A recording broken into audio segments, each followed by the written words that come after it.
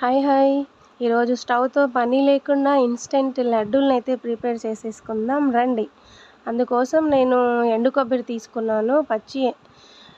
కొత్త కొబ్బరి, అది పచ్చిది కాదు, కొత్తది ఎండు కొబ్బరి అన్నమాట. పావు కేజీ తీసుకున్నాను. కొబ్బరి ఎంత తీసుకుంటామో బెల్లం కూడా అంతే తీసుకోవాలి.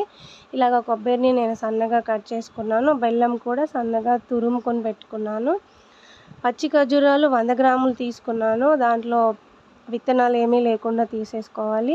తర్వాత మన దగ్గర డ్రై ఫ్రూట్స్ ఉంటే వేసుకోండి, లేదంటే స్కిప్ చేయండి.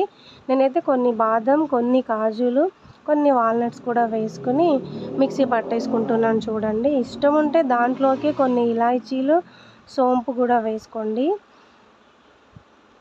చూడండి, ఇలాగ మెత్తగా కాకుండా ఇలాగ కొంచెం బరకగా పౌడర్ లాగా చేసుకోవాలి. అంతా బాగా మనం మిక్సీ పట్టుకున్న తర్వాత మళ్ళీ ఒకసారి అంతా బాగా కలుపుకోవాలి. చేయితో ఇలాగ నీట్గా కలుపుకుని ఏ సైజు కావాలో ఆ సైజు ఇలాగ లడ్డూలను అయితే ప్రిపేర్ చేసేసుకోండి మీరు. ఇవి ఇలాగ లడ్డూలు చుట్టుకునేప్పుడు కావాలంటే వేయించిన డ్రై ఫ్రూట్స్ కూడా మీరు దీంట్లోకి వేసుకోవచ్చు. నేను నెయ్యి కానీ ఆయిల్ కానీ ఏమీ వేయలేదన్నమాట. చాలా హెల్తీగా ఇన్స్టెంట్గా కొబ్బరి బెల్లం లడ్డూలు అయితే ప్రిపేర్ అయిపోయాయి. మనకి తినడానికి రెడీగా ఉన్నాయి.